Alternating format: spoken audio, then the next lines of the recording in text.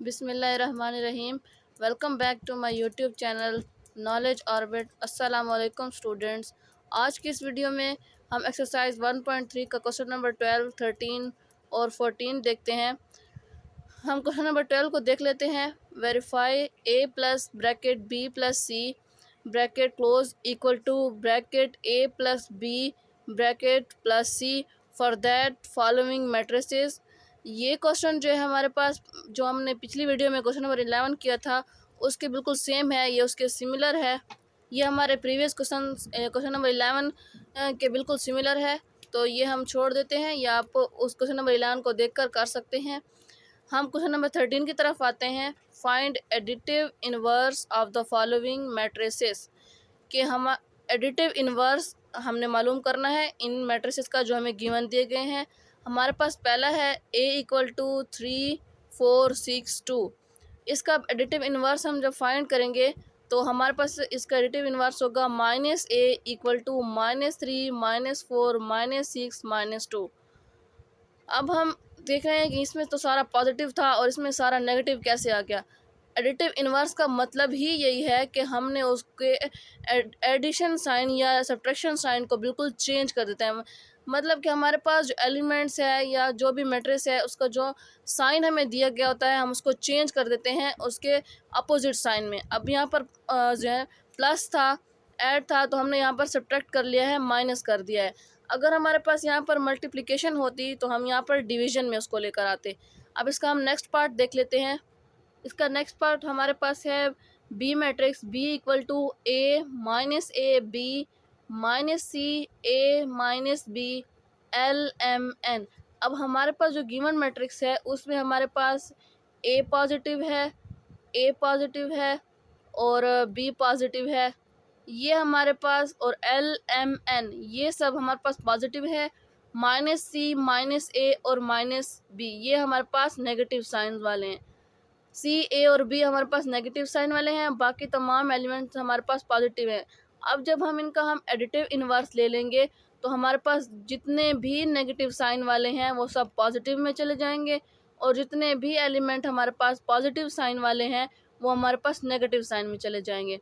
अब जैसे हमारे पास बी मैट्रिक्स था, हमने इसका एडिटिव इन्वर्स निकाला तो हमारे पास हो गया -b -a। यहाँ पर ये नेगेटिव साइन वाला था -a, तो ये हमारे पास हो गया है पॉजिटिव में। a -b c -a b -l -m -n। मैंने पहले कहा है जितने भी पॉजिटिव साइन वाले थे वो सब क्या हो गए हैं, नेगेटिव साइन में चेंज हो गए हैं, और जितने भी नेगेटिव साइन वाले थे वो सब क्या हो गए हमारे पास, पॉजिटिव साइन में चेंज हो गए हैं। ये एडिटिव इन्वर्स होता है, हमने मैट्रिक्स के साइंस को चेंज कर लेना होता है। अब हम चले आते हैं क्वेश्चन नंबर 14 की तरफ। क्वेश्चन नंबर 14 हमारे पास है show that following matrices are additive inverse of each other. It means कि जो हमें इस क्वेश्चन में बताया गया है कि हमारे पास मैट्रिसेस दिए गए हैं, हमने ये मालूम करना है, ये शो करना है कि हमारे पास जो है कि दो मैट्रिसेस हैं, क्या वो एक दूसरे के एडिटिव इनवर्स हैं या नहीं हैं। क्या ये जो दो मैट्रिसेस हमें दिए गए हैं वो एक दूसरे के एडिटिव इनवर्स हैं भी या नहीं, इसको हमने शो करना है। तो हमारे पास जो क्वेश्चन नंबर 14 का फर्स्ट पार्ट है वो है a equal to matrix 1 -2 3 b equal to -1 2 -3। अब हमने इन दो मैट्रिसेस को सॉल्व करना है, यानी ऐड करके देखना है कि क्या ये एक दूसरे के एडिटिव इनवर्स हैं भी या नहीं। और मैंने अपनी प्रीवियस वीडियोस में बताया था आपको, पिछली वीडियोस में, कि हमारे पास डेफिनेशन में एडिटिव इन्वर्स के डेफिनेशन में बताया था कि a प्लस बी जो इक्वल होता है हमारे पास 0 के इक्वल होता है, यानी एडिटिव इन्वर्स का जो भी आंसर होगा वो हमारे पास इक्वल किसके होगा, 0 के इक्वल होगा। अगर तो वो 0 के इक्वल आ गया तो वो हमारे पास एडिटिव इन्वर्स है, अगर तो कोई और कांस्टेंट या कोई और वैल्यू आ गई तो वो हमारे पास एडिटिव इन्वर्स नहीं है। अब हमने यहाँ पर यही लिखा है कि as we know that a plus B equal to 0 and b plus a equal to 0। हमने यही शो करना है कि a प्लस बी हो या b प्लस a हो, हमारा आंसर 0 आना चाहिए, तभी जाकर ये एडिटिव इन्वर्स हो सकते हैं मैट्रिक्स a और b।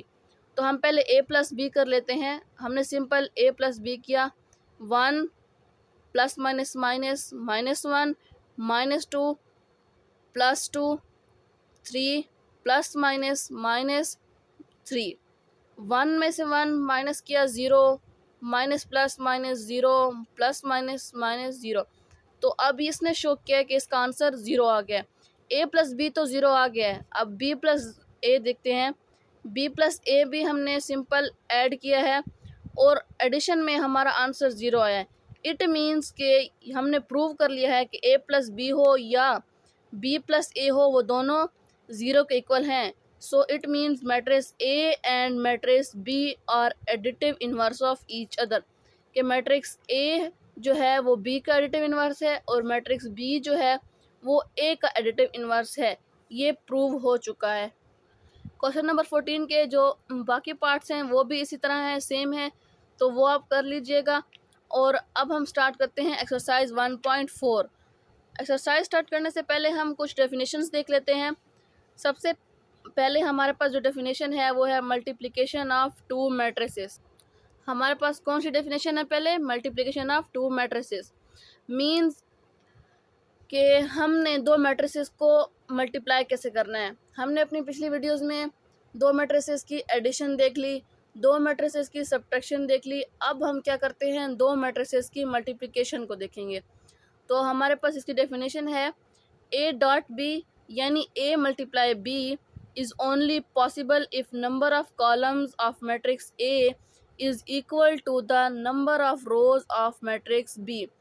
इसका क्या मतलब है कि मैट्रिक्स A है और B या B और A, आप मैट्रिसेस को कोई भी नाम दे सकते हैं, वो मैट्रिसेस उस वक्त मल्टीप्लिकेशन पॉसिबल हो सकती है जब फर्स्ट मैट्रिक्स के कॉलम्स की जो है नंबर्स हैं, जितने उसके कॉलम्स हैं वो सेकंड मैट्रिक्स के रोज़ के बिल्कुल इक्वल हों।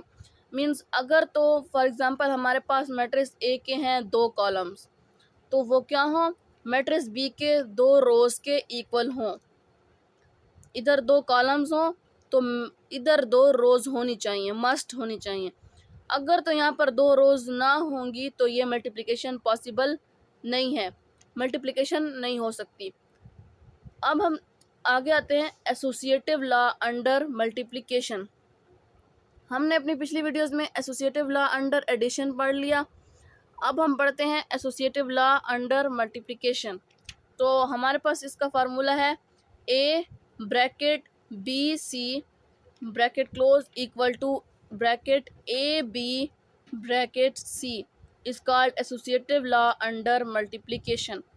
मीन्स हमने सबसे पहले बी और सी को मल्टीप्लाई करके उसके ऑब्टेन मैट्रिक्स को ए के साथ मल्टीप्लाई करना होगा, और इस साइड पे सबसे पहले हम ए और बी को मल्टीप्लाई करेंगे और उसके ऑब्टेन मैट्रिक्स को सी के साथ मल्टीप्लाई कर लेंगे। ये हमारा हो गया जाएगा एसोसिएटिव लॉ। नेक्स्ट वन हमारे पास है distributive law under multiplication. Distributive law under multiplication है। डिस्ट्रीब्यूटिव लॉ ना तो एडिशन में है ना सब्ट्रैक्शन में है। डिस्ट्रीब्यूटिव लॉ सिर्फ और सिर्फ किस में है, मल्टीप्लिकेशन में है। तो अब हम मल्टीप्लिकेशन में देख लेते हैं a bracket b plus C equal to a dot B plus a dot C is called distributive law under multiplication. अब आप सोच रहे होंगे ये तो बिल्कुल एसोसिएटिव लॉ की तरह है।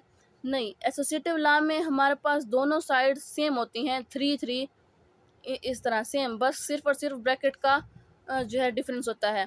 मगर डिस्ट्रीब्यूटिव लॉ में हमारे पास एक जो लेफ़्ट हैंड साइड होती है वो सिंपल होती है और राइट हैंड साइड में हमारे पास एक मैट्रिक्स दो मुख्तलिफ मैट्रिसेस के साथ मल्टीप्लाई हो रहा होता है और मल्टीप्लाई होने के बाद वो ऐड भी होते हैं।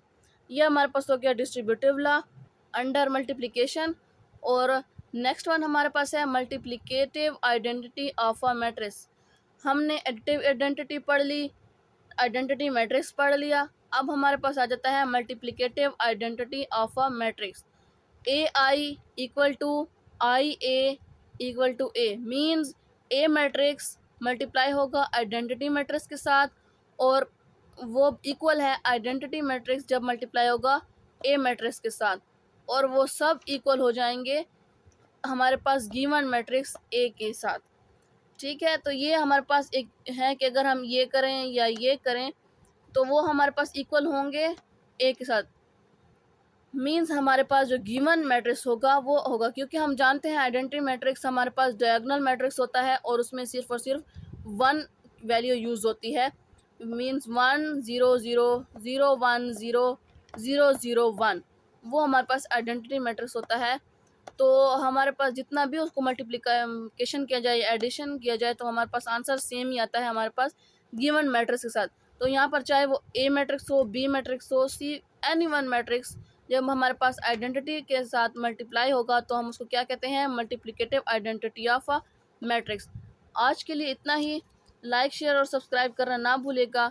इंशाल्लाह हम अपनी नेक्स्ट वीडियो में एक्सरसाइज 1.4 का बाकायदा आगाज़ करेंगे।